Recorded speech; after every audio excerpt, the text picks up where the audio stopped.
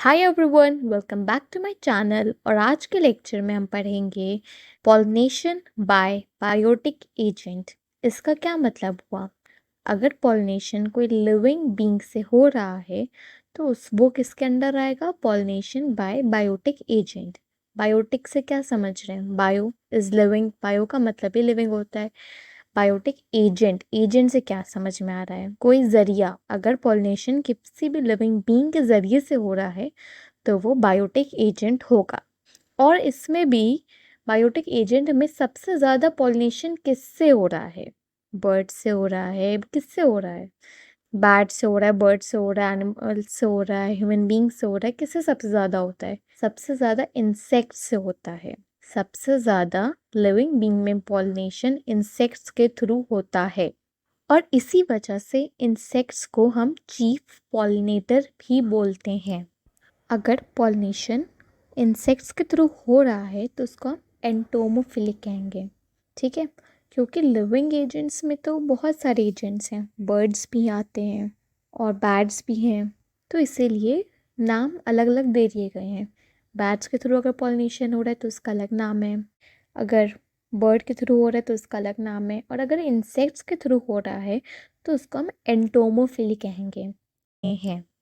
और जो insects pollination में मदद कर रहे हैं वो ज़्यादातर होते हैं, बीज होती हैं, फ्लाइज होती हैं, बीटल्स होती हैं, बीटल्स और बटरफ्लाइज एंड मॉथ, वास्प। तो ये हमने देख लिया है, ज़्यादातर ये इंसेक्ट्स पॉलिनेशन में हेल्प करते हैं। और अब हम ये देखेंगे कि कौन से इंसेक्ट डे टाइम में पॉलिनेशन करा रहे हैं और कौन से इंसेक्ट्स आफ्टर सनसेट पॉलिनेशन में हेल्प कर रहे हैं। क्योंकि हमको ये पता है कि बहुत सारे ऐसे फ्लावर्स हैं जो कि डे लाइट में, सनलाइट में ही खुलेंगे, और बहुत सारे ऐसे फ्लावर हैं जो आफ्टर सनसेट ही खुलते हैं। बहुत सारे ऐसे फ्लावर्स हैं, तो उनमें पॉलिनेशन कराने के लिए भी बहुत सारे इंसेक्ट्स होते हैं। तो उनमें से एक एग्जाम्पल है मॉथ, जो कि आफ्टर सनसेट जो भी फ्लावर खुलेगा उसमें पॉलिनेशन करवा। और इसी वजह से हम मॉथ को नॉकटर्नल कहते हैं, क्योंकि ये उन फ्लावर्स पे विजिट कर रहा है जो कि सनसेट के बाद ओपन हो रहे हैं। ठीक है, इसी वजह से इसको हम नॉकटर्नल कह रहे हैं। Moths are nocturnal because they visit flowers which open after sunset. और आई होप ये इतना क्लियर होगा। और अब हम उन इंसेक्ट्स की बात करते हैं जो कि उन फ्लावर्स को विजिट कर रहे हैं जो कि डे लाइट में ओपन हो रहे हैं। तो उनमें कौन कौन हैं? बीज हैं, बीटल्स हैं एंड फ्लाइज हैं। ये तीन ऐसे हैं इंसेक्ट्स जो कि उन फ्लावर्स पे विजिट कर रहे हैं जो कि सनलाइट में, डे लाइट में खुलते हैं। और इसी वजह से इन इंसेक्ट्स को हम ड्यूनल भी बोल रहे हैं, क्योंकि ये उन फ्लावर्स पे विजिट कर रहे हैं जो कि डे टाइम में खुल रहे हैं, इसलिए नाम पड़ा ड्यूनल। और अब हम पढ़ते हैं characteristics of insects pollinated flowers.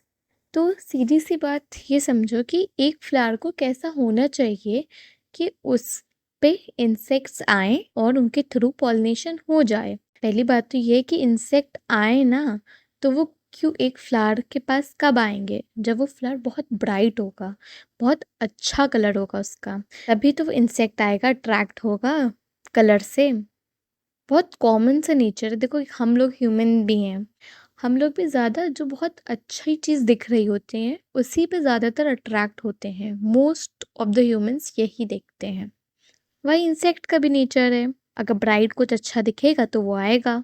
तो सबसे पहला कैरेक्टर यही है, फ्लावर को कैसा होना चाहिए? बहुत ब्राइट कलर का होना चाहिए।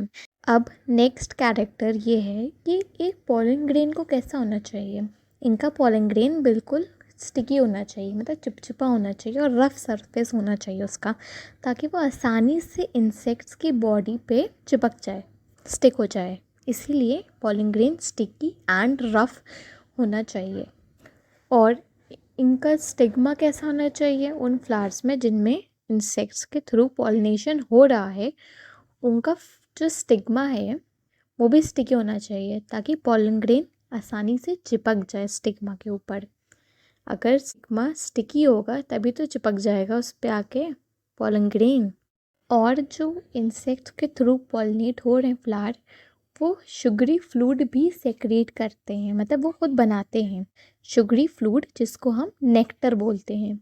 ये बहुत सारे प्लांट्स में फ्लावर बनाते हैं, और ये सबसे बड़ा मेन रीज़न यही है कि इंसेक्ट्स इन फ्लावर्स पे आते हैं क्योंकि उनको नेक्टर चाहिए होता है। और नेक्टर प्रोड्यूस किससे हो रहा है? नेक्टर ग्लैंड, ठीक है, जो कि फ्लावर्स पे प्रेजेंट होता है। और ये जो नेक्टर ग्लैंड है ये पेटल्स पे भी प्रेजेंट हो सकता है, सेपल पे भी हो सकता है, थैलेमस पे भी हो सकता है, और कार्पल्स पे भी हो सकता है। कार्पल यानी कि pistol, gynoecium female part. I hope ये 3 कैरेक्टरिस्टिक्स आपको बिल्कुल क्लियर होंगे। पहला ये कि फ्लावर बहुत ब्राइट कलर का होना चाहिए, दूसरा उसका पॉलन ग्रेन स्टिकी और उसका रफ सरफेस होना चाहिए, और थर्ड स्टिग्मा भी स्टिकी होना चाहिए, एंड फोर्थ नेक्टर प्रोड्यूस करेगा वो फ्लावर, ठीक है। शुगरी फ्लूइड जिसको हम नेक्टर कहते हैं, ये फ्लावर प्रोड्यूस करते हैं नेक्टर भी। अब हम कुछ एग्जाम्पल्स पढ़ते हैं जो कि एंटोमोफिली के हैं। और पहला एग्जाम्पल है अमोर्फोफैलस फ्लावर। ये बहुत बड़ा फ्लावर है, सबसे टॉलेस्ट फ्लावर है। ये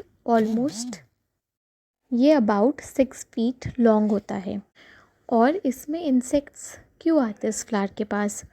इंसेक्ट्स आते हैं इस फ्लावर पे अपने एग्स ले करने के लिए, और समहाउ ये पॉलिनेशन भी कैरी आउट करा देते हैं, ठीक है। इंसेक्ट्स को ये अपना एग्स ले करने के लिए जगह दे दे रहा है फ्लावर, और इसमें इंटर्न फ्लावर का पॉलिनेशन हो जा रहा है। तो इस तरह से फ्लावर का भी काम हो गया, उसका पॉलिनेशन हो गया, और इंसेक्ट को अपना भाई एग ले करने के लिए जगह मिल गई। तो ये बस ये छोटी सी बात है जो एमोर्फोफैलस के बारे में आपको याद रखनी है। ये इम्पॉर्टेंट है, आ सकता है। एमोर्फोफैलस 6 फीट लॉन्ग फ्लावर है, और इसमें इंसेक्ट्स आते क्यों हैं? अपना एग ले करने के लिए, और समहाउ ये पॉलिनेशन भी कैरी आउट करा देते हैं। और अब नेक्स्ट एग्जाम्पल देखो। नेक्स्ट एग्जाम्पल है यूका प्लांट का, yucca and moth. Yucca flower है जिसमें पॉलिनेशन किसके थ्रू हो रहा है? मॉथ के थ्रू। ये मॉथ मरने वाली मॉथ नहीं है, डेथ नहीं है, ये एक इंसेक्ट का नाम है। अब ये देखो, ये जो तुम्हें पिक्चर दिख रही है ये यूका प्लांट की है, ठीक है। इसमें एक इंसेक्ट देखो, ये बैठा नहीं है, मॉथ बैठा है। कहाँ पे बैठा है? बिल्कुल फ्लावर के बीच में। ये जो इंसेक्ट है मॉथ, ये अपना एग ले करता है बिल्कुल ओवरी की लॉक्यूल में। तो ये देखो, जो मॉथ था यहाँ पे आया था एग ले करने, मगर ये बॉडी में जो पॉलन ग्रेन स्टिक थे वो चले गए ओवरी के लॉक्यूल के अंदर। तो पॉलिनेशन भी तो हो गया ना, आया था एग ले करने मगर पॉलिनेशन भी साथ में कर बैठा। तो ये दोनों का ही फ़ायदा हो गया इसमें। तो ये दूसरा एग्जाम्पल था एंटोमोफिली का। ये 2 इम्पॉर्टेंट एग्जाम्पल्स हैं। तो यहाँ पे एंटोमोफिली की भी बात कंप्लीट होती है। इन शॉर्ट एक बार मैं सारे कैरेक्टर्स फिर से बता दे रही हूँ। इनका फ्लावर जो है वो ब्राइट होना चाहिए, लार्ज होना चाहिए, नेक्टर भी प्रोड्यूस करता होना चाहिए, और उसमें फ्रैगनेंस भी होनी चाहिए, मतलब खुशबू वाला भी फ्लावर होना चाहिए। और बहुत सारे फ्लावर्स फॉयल ओडोर भी करते हैं, फ्रैगनेंस जो मतलब फॉयल ओडोर भी होती है, बदबू भी होती है। जो मॉथ होता है ये ज़्यादातर फॉयल ओडोर वाले फ्लावर्स में ही पॉलिनेशन कराता है। और इनका जो है पॉलन ग्रेन वो स्टिकी होना चाहिए, रफ सरफेस होना चाहिए, और इनका स्टिग्मा जो है वो भी स्टिकी होना चाहिए। और जो फ्लावर्स नाइट में ओपन हो रहे हैं वो ज़्यादातर वाइट ही कलर के होते हैं, ताकि वो इंसेक्ट्स को आसानी से विजिबल हो। और 2 एग्जाम्पल्स भी हमने इम्पॉर्टेंट देख लिए, अमोर्फोफैलस फ्लावर का जो कि 6 फीट लॉन्ग फ्लावर है, and next example is of yucca जिसमें मॉथ पॉलिनेशन में हेल्प कर रहा है। आता है एग ले करने मगर पॉलिनेशन भी कर बैठता है। और सेम यही अमोर्फोफैलस में भी है, इंसेक्ट आता है एग ले करने के लिए है मगर पॉलिनेशन भी कर जाता है। तो आई होप यहाँ तक कि आपको बात क्लियर होगी। अब नेक्स्ट इसमें जो बायोटिक एजेंट के 2 और पॉलिनेशन के टॉपिक हैं वो मैं नेक्स्ट लेक्चर में आपको बता दूँगी। बर्ड्स के थ्रू पॉलिनेशन का और बैट्स के थ्रू पॉलिनेशन का, ये नेक्स्ट लेक्चर में।